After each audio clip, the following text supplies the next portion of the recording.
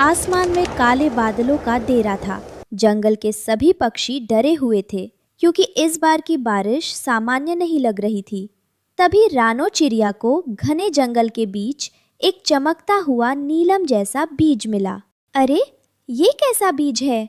ये तो अंधेरे में भी जुगनू की तरह चमक रहा है। तभी उस बीज से एक गूंजती हुई जादुई आवाज आई। रानो, डरो मत, मैं साधारण जामुन नहीं, अक्षय जामुन का बीज हूँ। मुझे मिट्टी में जगह दो, मैं तुम्हें वो छत दूंगा जिसे कोई तूफान नहीं गिरा पाएगा। तुम बोल सकते हो, लेकिन बारिश तो सिर पर है। तुम इतनी जल्दी बड़े कैसे होगे? विश्वास की खाद डालो रानो और देखो मेरा चमत्कार। जंगल के कोने में बैठा बिल्लू बिल्ला अपनी मूंछों पर ताव दे रहा था। वो चाहता था कि बारिश में सबके घर टूट जाए ताकि वो असहाय पक्षियों का शिकार कर सके। सुना है वो फुदकने वाली रानो को कोई जादुई बीज मिला है। अगर उसने पेड़ उगा लिए तो मेरा दावत का प्लान चौपट हो जाएगा। कालू, ओ कालू कौवे, इधर आ। जी सरकार, क्या हुक्म है? उस बीज को चुरा ला, वरना कल सुबह के नाश्ते में तेरी पूंछ की चटनी बनाऊंगा। रानो ने अपने दोस्तों को इकट्ठा किया। मिट्ठू तोता और टुनटुनी चिड़िया फौरन मदद के लिए आ गए। रानो बहन, क्या सच में ये बीज हमें बाढ़ से बचाएगा? मेरा घोंसला तो पिछले साल भी बह गया था। फिक्र मत कर टुनटुनी, रानो की आंखों में मुझे भरोसा दिख रहा है। चलो गड्ढा खोदते हैं। तभी कालू कौवा वहां आ धमका।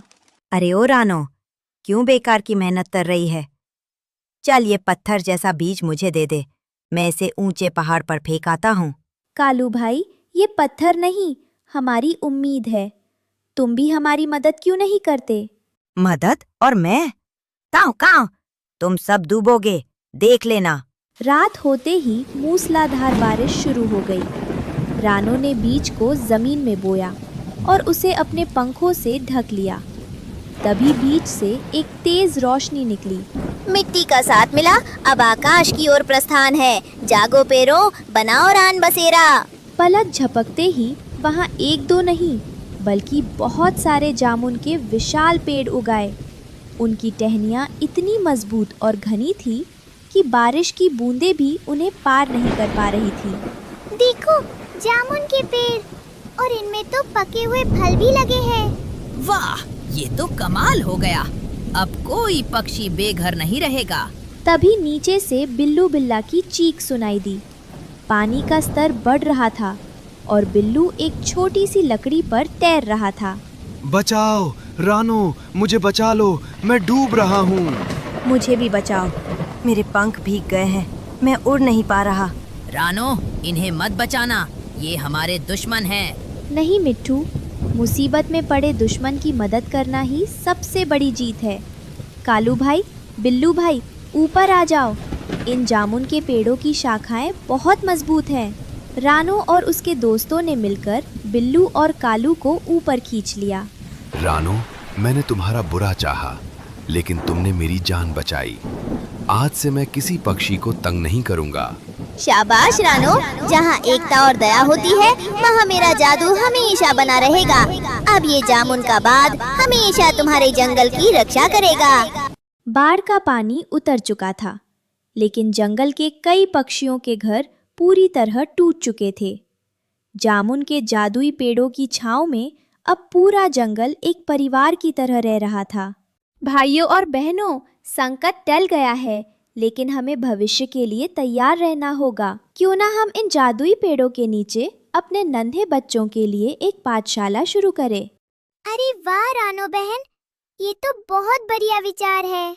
हाँ, और मैं उन्हें फल पहचानने और गणित का ज्ञान दूंगा। आखिर मेरा पूरा बचपन बागों के चक्कर लगाने में ही बीता है। तभी पेड़ों के पीछे से बिल्लू बिल्ला और कालू कौवा बाहर निकले। डरो मत नन्हे पंछियों। रानो, क्या मैं और कालू भी इस पाठशाला का हिस्सा बन सकते हैं? मैं बूढ़ा हो चला हूँ, अब शिकार नहीं, सेवा करना चाहता हूँ। हाँ रानो बहन, मुझे तो उड़ना आता है। मैं दूर दूर के जंगलों की खबरें और ज्ञान बच्चों को लाकर दूंगा। बिल्कुल बिल्लू भाई, कालू भाई, इस पाठशाला में सबका स्वागत है। अगले ही दिन से विशाल जामुन के पेड़ के नीचे कक्षाएं शुरू हो गईं। तभी अचानक हवाएं ठंडी हो गई और पेड़ों से वही गूंजती हुई जादुई आवाज आई। रानो, जंगल के रक्षक हो, ज्ञान बांटना सबसे बड़ा पुण्य है, लेकिन याद रखना ज्ञान के साथ अनुशासन भी जरूरी है। जंगल के उस पार से एक नया खतरा बढ़ रहा है। कैसा खतरा जादुई बीज? क्या फिर से बाढ़ आने वाली है? नहीं, इस बार खतरा पानी का नहीं, लालच का है। शिकारी चील की नजर तुम्हारे इस मीठे और जादुई जामुन के बाग पर है। वो इसे हड़पना चाहता है।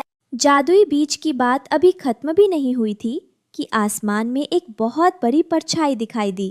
वो खूंखार चील था। उसके पंख इतने बड़े थे कि सूरज की रोशनी ढक गई। तो ये है वो जादुई बाग। छोटे पक्षियों, अपनी जान बचाओ और भाग जाओ यहाँ से। आज से इस जादुई बाग का राजा मैं हूँ। छोटे बच्चे डर के मारे चीखने लगे। रानो बहन, अब हम क्या करेंगे?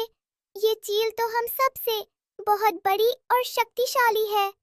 मैं उड़कर दूसरे जंगल से मदद लेकर आता हूँ। रुको कालू भाई, जब तक तुम आओगे बहुत देर हो जाएगी। हमें मिलकर सामना करना होगा। रानो आगे बढ़ी और बिना डरे गरुड़ के सामने जाकर हवा में उड़ने लगी। गरुड़ भाई, ये बाग किसी एक का नहीं है, ये पूरे जंगल का है। यहाँ हमारे बच्चे पढ़ते हैं। आप भी यहाँ आराम से रह सकते हैं, लेकिन कब्जा नहीं कर सकते। एक छोटी सी चिड़िया मुझे समझाएगी? अभी बताता हूँ। गरुड़ ने रानो पर झपट्टा मारा। जैसे ही गरुड़ ने हमला किया, बिल्लू बिल्ला नीचे से जोर से चिल्लाया। मिट्ठू, टुनटुनी, कालू, जामुन के पके हुए फल तोड़ो और इसकी आंखों पर निशाना लगाओ। रानो, तुम उसे नीचे की तरफ खींच कर लाओ। रानो तेजी से जामुन की घनी टहनियों के बीच से उड़ने लगी। गरुड़ गुस्से में उसके पीछे टहनियों के अंदर घुस गया। टहनियां इतनी घनी थी कि गरुड़ के बड़े पंख उसमें फंसने लगे। हमला! सैकड़ों पक्षियों ने मिलकर गरुड़ के ऊपर पके हुए जामुनों की बारिश कर दी। जामुन का चिपचिपा रस गरुड़ की आंखों और पंखों पर लग गया, जिससे उसे दिखना बंद हो गया। मेरी आंखें, मुझे कुछ दिखाई नहीं दे रहा, मुझे छोड़ दो। तभी बिल्लू बिल्ला ने नीचे से छलांग लगाई और गरुड़ के पंखों को अपनी मजबूत पकड़ में ले लिया। क्यों गरुड़ राजा? आ गया स्वाद जादुई जामुन का। चील गरुड़ पूरी तरह असहाय होकर जमीन पर गिर पड़ा। सारे पक्षी उसे मारने के लिए आगे बढ़े। इसने हमारे बच्चों को डराया है, इसे सजा मिलनी चाहिए। रुको दोस्तों, जादुई बीज ने हमें क्या सिखाया था? नफरत को नफरत से नहीं, प्यार से जीता जाता है। रानो जामुन की पत्ती में साफ पानी भरकर लाई और गरुड़ की आंखों पर छिड़का। धीरे धीरे गरुड़ की आंखों से चिपचिपा रस हट गया। जब उसने अपनी आंखें खोली तो देखा कि वो नन्ही चिड़िया जिसे वो मारना चाहता था, वही उसकी तीमारदारी कर रही थी। मुझे माफ कर दो रानो, मैं अपने घमंड और लालच में अंधा हो गया था। तुम सब इतने छोटे होकर भी इतने बहादुर और दयालु हो। अति सुंदर रानो, तुमने आज फिर साबित कर दिया कि असली जादू किसी बीज में नहीं बल्कि तुम्हारे साफ दिल में है। गरुड़, यदि तुम शांति से रहना चाहते हो तो तुम इस पाठशाला की सुरक्षा गार्ड बन सकते हो।